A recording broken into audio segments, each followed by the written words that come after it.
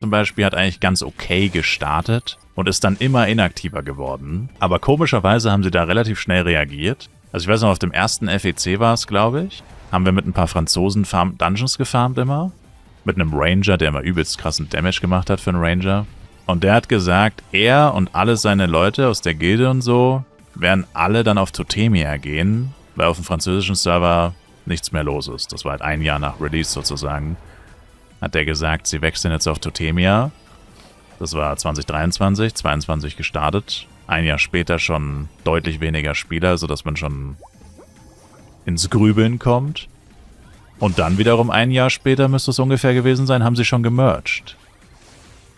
Und das war schon ein bisschen komisch, weil wir haben 2 Server, die noch viel toter sind. Wir haben 3 Server, die viel toter sind und waren als der französische. Und die werden aber nicht gemerged. Und ja, da mag es vielleicht mit der Region zusammenhängen, weil das, also ich meine, Totemia und Frankreich, ich meine, also der französische Server, wie auch immer er hieß, keine Ahnung. Ich meine, ja, das ist beides Europa. Alle Server stehen in Frankfurt für gewöhnlich in Europa. Oder zumindest bei Flive. Deswegen spielt das da keine große Rolle. Mag sein. Aber deswegen kannst du ja nicht trotzdem einfach die Leute, also ich meine, ich persönlich bin schon der Meinung, vor allem wenn man sich den FEC anguckt, auf dem FEC haben ja fast alle Leute auf der Welt einen High-Ping. Und da spielen ja trotzdem alle. Und zwar für Monate.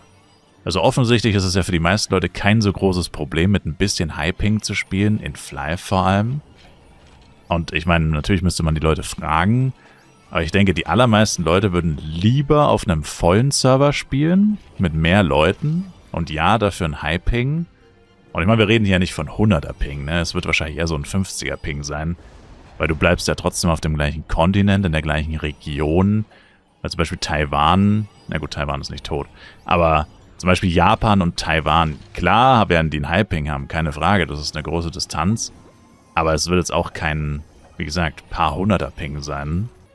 Und letztendlich müssen es eigentlich die Spieler entscheiden. Also im Endeffekt müssen sie halt einfach mal fragen, wo ich mir ziemlich sicher bin, dass sie das noch nie gemacht haben. Im Endeffekt müssten sie einfach fragen und die Leute einfach entscheiden lassen. Weil wo ist der Sinn davon, einfach einen halbtoten Server vor sich hingammeln zu lassen, wo die Leute immer nur frustriert sein werden und immer nur gucken, wie entkomme ich am ehesten? Weil das ist ja das, was die Franzosen gemacht haben. Die sind auf den FEC gegangen, vielleicht wollten sie gar nicht FEC spielen, vielleicht wollten sie gar nicht von neu anfangen, aber haben das einfach als besten Ausweg gesehen. Ich kann mir einen neuen Charakter schnell hochziehen, auf ein hohes Level mit sehr gutem Equipment. Und danach gehe ich einfach auf den Server, auf den ich drauf will. Und so macht es ja wahrscheinlich jeder, der mit seinem Server extrem unzufrieden ist. Also auch die auch die Japaner. Was ist der andere Server nochmal? Südamerika, genau. Von den Südamerikanern sind fast alle auf Mashpoi gewechselt. Und ich meine, da muss der Gala irgendwann mal realisieren, na gut, dann können wir sie eigentlich auch einfach fragen. Und wenn wir eine ultra hohe Zustimmung haben von über 75% vielleicht, also dass wirklich eigentlich alle wechseln wollen, bis auf eine kleine Minderheit, dann machen wir es. Und wenn nicht, wenn tatsächlich, wenn es 50-50 ist oder so, dann sagt man halt, okay, offensichtlich wollen sie nicht wechseln, dann nicht. Was halt niemals passieren würde, aber ja, keine Ahnung. Wie gesagt, Galas Einstellung zu Server-Merges ist da ein bisschen anders. Und zugegebenermaßen, es gibt natürlich, wie gesagt, schon ein paar Bedenken in der Wirtschaft. Zum Beispiel ist das bei Flive PC mal der Grund gewesen, warum die Leute den Merch nicht wollten. Also zumindest früher. Ich weiß nicht, was jetzt der Grund ist. Ich habe tatsächlich erst vor ein paar Tagen, da war eine Invasion bei Flive PC. Also so eine Game Master Invasion, wo ein Game Master oder Moderator hingeht und ein paar Monster spawnt und so. Also Community Event quasi. Da hat dann einer kommentiert, wie, es gab immer noch kein Server-Merch? Das sieht so tot aus. Also ich glaube, es hat sich vor allem auf Dryad bezogen. Der Server, der quasi fast komplett leer ist. Das ist halt Wahnsinn, weil ich meine, was spricht dagegen? Kosten natürlich, ne? Kosten. Aber rein vom Spiel her, was spricht wirklich dagegen? Das Einzige ist eigentlich wirklich Wirtschaft. Also Items, Geld, dass man 2 unterschiedliche, voneinander getrennte Wirtschaftssysteme einfach aufeinander schmeißt. Und logischerweise, wenn auf dem einen Server extrem viele Items oder Geld existieren, die auf dem anderen so in der Form nicht existieren, kann das natürlich gewisse Auswirkungen haben. Aber dann wiederum ist es ja auch nur ein Videospiel, ne?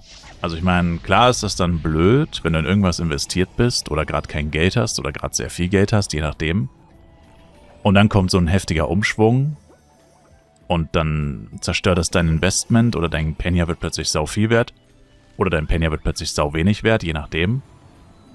Klar ist es ärgerlich an für sich, aber kann das wirklich das Argument sein, dass du sagst, hunderte Leute, ich meine, bei FlyFPC, bei Dryad sind es wahrscheinlich nicht mal 100 Leute, aber kann das wirklich der Grund sein, dass du sagst, es ist mir egal, mein finanzieller Reichtum in diesem Spiel oder was auch immer ich da gerade mache, ist mir wichtiger, als dass andere Leute Spaß am Spiel haben oder dass andere Leute zurück ins Spiel kommen, weil sie sehen, mein Server ist nicht mehr tot.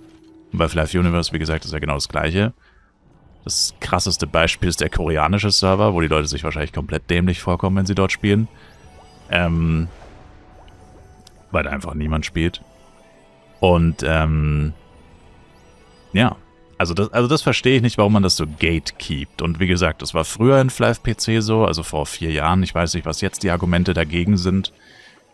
Ich kann mir gut vorstellen, dass die Mehrheit vielleicht sogar dafür ist, aber so ein Server-Merge, wie gesagt, der ist ja doch technisch schon ein bisschen aufwendiger. Also zumindest bei FlyFPC, denke ich mal, ist das schon ein bisschen aufwendiger. Das macht man jetzt nicht einfach mal so. Okay. Aber früher, wie gesagt, waren die Leute aktiv dagegen und haben gesagt, nö, wir wollen euch hier nicht, wir wollen eure ganzen Scheiß-Items nicht, wir wollen nicht, dass ihr die Wirtschaft kaputt macht. Ihr sollt gefälligst da drüben bleiben, so ungefähr. Und das ist schon crazy. Also, dass man das quasi gatekeept und die anderen Leute auf einem inaktiveren, halbtoten Server vergammeln lässt, quasi nur weil man selber so egoistisch ist, das ist schon crazy eigentlich. Und wie gesagt, das ist ja nur ein Videospiel, also im echten Leben wäre es was anderes. Da kannst du nicht einfach 2 Wirtschaftssysteme miteinander fusionieren und erwarten, dass es einfach funktioniert und dass da nicht die Hölle auf Erden losbricht. Aber es ist ja nur ein Videospiel, also selbst wenn die Hölle auf Erden losbricht, dann ist es die Hölle auf Erden in einem Videospiel. Verdammt nochmal. Also, keine Ahnung. Und außerdem, was soll schon groß passieren? Ich meine, im Endeffekt trifft es nur die Leute, die halt wirklich arschviel Geld oder Items haben. Und wenn sich dann halt am Preis dieser Items oder allgemein am Preis von Items sich so dramatisch was ändert, dass halt entweder alles extrem teuer wird oder alles extrem günstig, je nachdem. Und je nachdem, auf was du gepokert hast, verlierst du halt extrem viel Geld. Aber du kannst auch extrem viel Geld gewinnen. Du weißt ja nicht genau, was passiert, theoretisch. Und, ja.